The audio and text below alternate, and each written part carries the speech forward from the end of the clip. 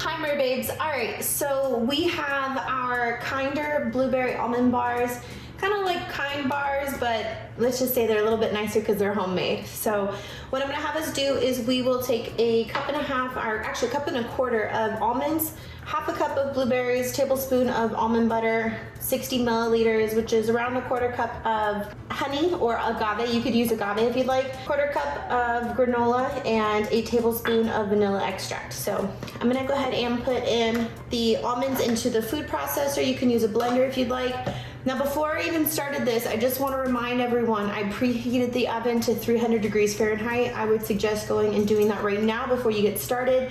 And then we'll go ahead and add in the almonds, process the chunks up, and we'll put it all into the large mixing bowl. So another thing that I also want to point out is I have a bread pan and I lined it with parchment paper. You can also use a foiled pan and you can just spray that with butter so that way it's not sticking on the bottom, but that way we can cook these bars and heat them up without having them stick to the bottom. It's easier to pull out. So let's go ahead and add in our almonds.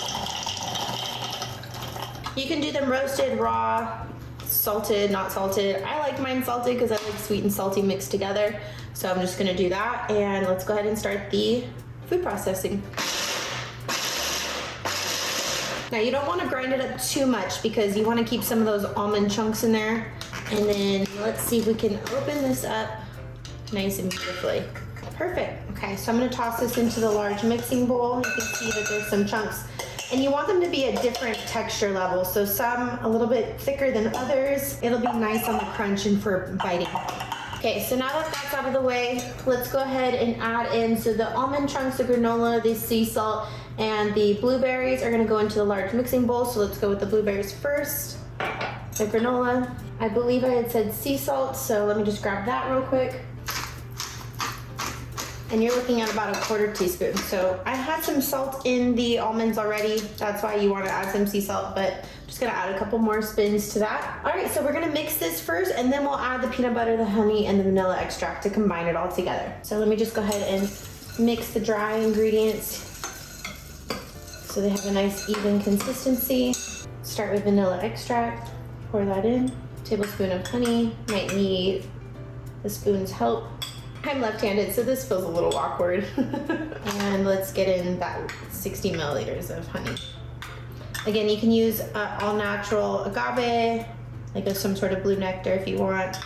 You could even use a liquid stevia if you want, but I would prefer it all natural sugar. And then let's go ahead and mix these even further. Now that peanut butter, I have a feeling, is probably gonna get stuck somewhere. So you just wanna make sure that you take it out of the spoon. All right, so now that the mixture is all ready to go, I'm gonna pour it into the bread pan. Again, being left-handed, this is kind of funny sometimes, how I choose for myself. But let's just make sure we've got as many little bits as we can grab out of here. It smells very sweet. And then what you wanna do is you want to mash this into the corners as best as you can. You can't see right now, but I'm laughing. My dog is begging right now.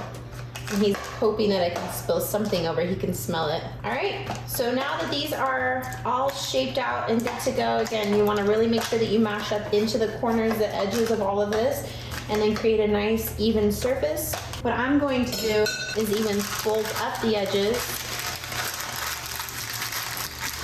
just like that. And then I'm gonna stick them into the oven. So the oven is ready to go. I'm gonna bake them for about 20 to 25 minutes, and then I will take them out. So probably somewhere in between.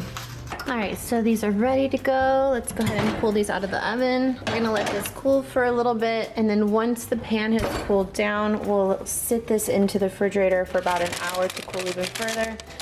But as you can tell, they look amazing so far. So we're just gonna let that sit, cool down, do its thing. All right, my babes, so now that this has had some time to cool down, I'll be honest, I'm in rush with the time right now, trying to beat my parents home from work. So I have a feeling mine might come out into a little bit more pieces, but you can still clump them together.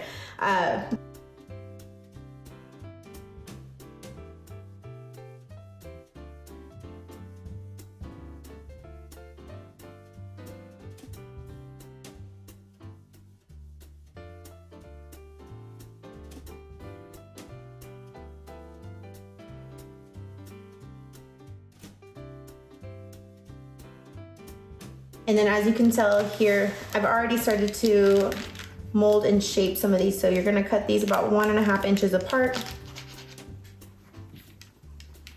Remember, please let them cool. It really matters for the bars so that way they can stay together. So I have 1, 2, 3, 4, and I'll be honest, I'm gonna make them probably about 6, so total. Not so even, and I'm okay with that. So pulling this off to the side, there we are. You can see how our nice bars can come out. So they look pretty good in my opinion. I think they would taste great as well. And just storing them into your container however you want. So I'm gonna put them like that and we can enjoy.